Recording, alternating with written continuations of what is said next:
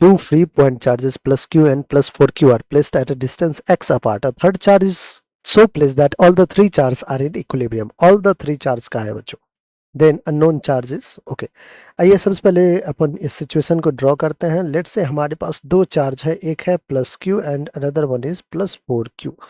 Let's say हमने क्या किया है, यहाँ पे इस q से x और x अपार्ट है बच्चों, तो दोनों के बीच का सेपरेशन x है. तो लेट्स से d पे हमने क्या किया है, एक q चार्ज रखा है.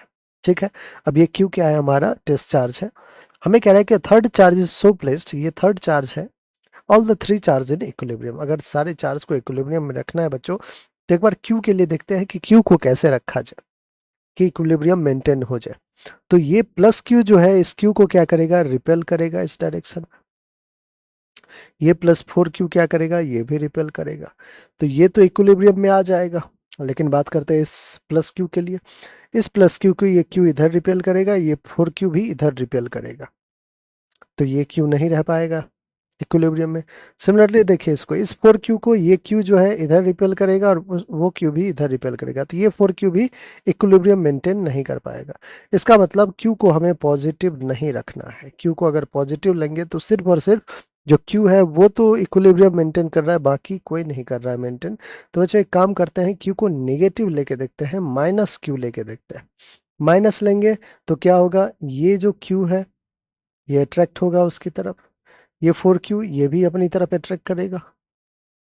ठीक है, तो ये अपनी तरफ अट्रैक्ट करेगा. अब मैं इसको थोड़ा अच्छे से ड्रॉ कर दूं. जो प्लस q है हमारा, वो माइनस को अपनी तरफ अट्रैक्ट करेगा, प्लस 4q अपनी तरफ अट्रैक्ट करेगा. ठीक है, तो फिर से ये जो है इक्विलिब्रियम मेंटेन हो सकता है. 4q के लिए देखिए, 4q को स्मॉल q जो है वो तो रिपेल करेगा, लेकिन ये माइनस है तो ये अट्रैक्ट करेगा. सिमिलरली इस q को एक अट्रैक्ट करेगा, एक रिपेल करेगा. तो बच्चों बिल्कुल अब जो है चांसेस है हमारे कि सारा का सारा क्या हो, इक्विलिब्रियम मेंटेन कर ले. तो सबसे पहली बात जो थी वो q जो थर्ड चार्ज है वो निगेटिव होना चाहिए. ठीक है, अब है कि निगेटिव तो समझ में आ गया, कितना अमाउंट का होना चाहिए. तो ये नेट, इस q को क्या करते हैं अपन, इस पे नेट फोर्स जीरो करते हैं, तभी तो इक्विलिब्रियम मेंटेन होगा. तो नेट फोर्स क्या सब लगेगा, k q अपॉन डिस्टेंस कितना है d का square, which is equals to k 4q upon कितना डिस्टेंस ये हो जाएगा, पूरा x था, ये d है, तो ये हो जाएगा x माइनस डी. तो x माइनस डी का स्क्वायर. बच्चों क्या सब कैंसिल आउट हो रहा है, कहोगे k q cancel, k q cancel, cross multiply कीजिए, 4d square is equals to x minus d का होल स्क्वायर. 2d का होल स्क्वायर लिख सकते हैं, which is equals to x minus d का whole square whole cancel. 2d plus d is equals to x हो जाएगा. So 3d is equals to x हो जाएगा. x की वैल्यू क्या आ जाएगी बच्चों, आप कहोगे कि d हो जाएगा x अपॉन 3. तो x अपॉन 3 कहाँ से है, छोटे वाले प्लस q चार्ज से. तो it should be at x by 3 from smaller charge between them. c बिल्कुल करेक्ट है. It should be placed at 2x by 3 smaller, गलत. तो c करेक्ट है बच्चों. एक बार अननोन चार्ज भी पूछा है, मल्टीपल करेक्ट है, अननोन चार्ज भी फाइंड कर लेते हैं. लेट्स से बच्चों हम क्या करते हैं, इस q को बैलेंस नेट फोर्स जीरो करते हैं इस q, क्योंकि all three should be in equilibrium. तो इस q पे नेट फोर्स जीरो करके एक बार देखते हैं.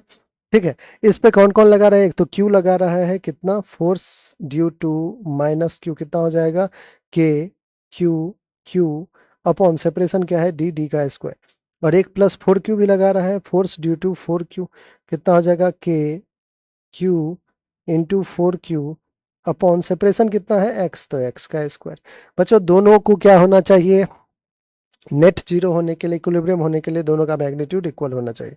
के Q Q upon D square should be equals to K 4q square upon X square. ठीक है बच्चों, कैंसिल और देखिए के क्यू डी स्क्वायर, डी की वैल्यू x बाई 3 है, तो क्या x बाई 3 का स्क्वायर लिख दे, तो q upon D is X square by 9. 9 ऊपर चला जाएगा, which is equals to 4q upon X square, कहोगे एक्स स्क्वायर भी कैंसिल. तो बच्चों हमें q की वैल्यू चाहिए, q will be 4q upon 9 और नेचर क्या होगा, नेगेटिव होगा, माइनस 4q बाय 9. तो माइनस 4q बाय 9 कौन सा ऑप्शन है बच्चों, ऑप्शन नंबर ए है, जो कि हमारा बिल्कुल करेक्ट है.